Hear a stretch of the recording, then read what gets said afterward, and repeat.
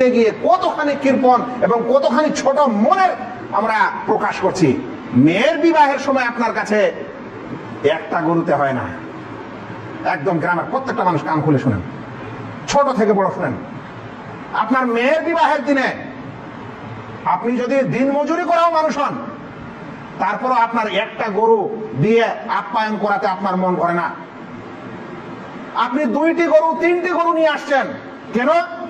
কারণ সেদিন আপনি আপনার বিহানকে খুশি করবেন, আপনি গ্রাম সমাজকে খুশি করবেন, আপনার নতুন আত্মীয়দেরকে খুশি করবেন। আচ্ছা বলেন তো, ওই সময় আপনার 1টা 2টা 3টা গরুর, এমনকি ফের পরে পরজি না কি বলেন, ওর জন্য ফের খাসিও হাজির করেছেন। আর আল্লাহর জন্য বছরে একবার আসছে, তখন কিন্তু একটা ভাগ আপনি হাজির করছেন। আমাদের কি শরম লজ্জা কিছুই নাই অন্তরে? আমাদের শরম লজ্জা হায়া কিছুই নাই, সব শেষ। আমাদের ঈমান শেষ।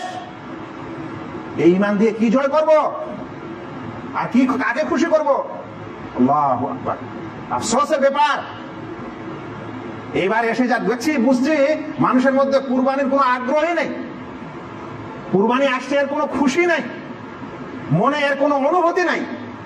যখন এরকম হবে ভাইয়েরা, তখন একটি কথা মনে রাখেন যে একটা হচ্ছে আম আর একটা হচ্ছে আমের খোসা। তো এই খোসাটাই থেকে গেল, আর ভিতরে আমের কোনো জিনিস নাই যেটাকে আপনি চুষে খাবেন। ওই রস, ওই মজ্জা আর নাই, খোসাটাই আছে। তো সত্যিকারে কুরবানির এই খোসাটাই আছে আমাদের সমাজে, আসল কুরবানির রহস্য আমাদের কাছে নাই।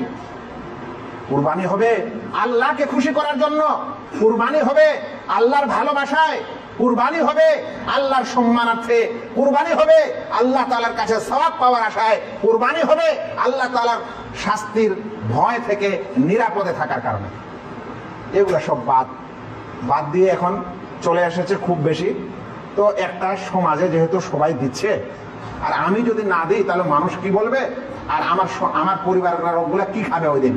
এই কারণে এখন আমাদের কাছে এরকম কুরবানি। আল্লাহু আকবার, কোশ্চিন কালেও কবুল হবে না।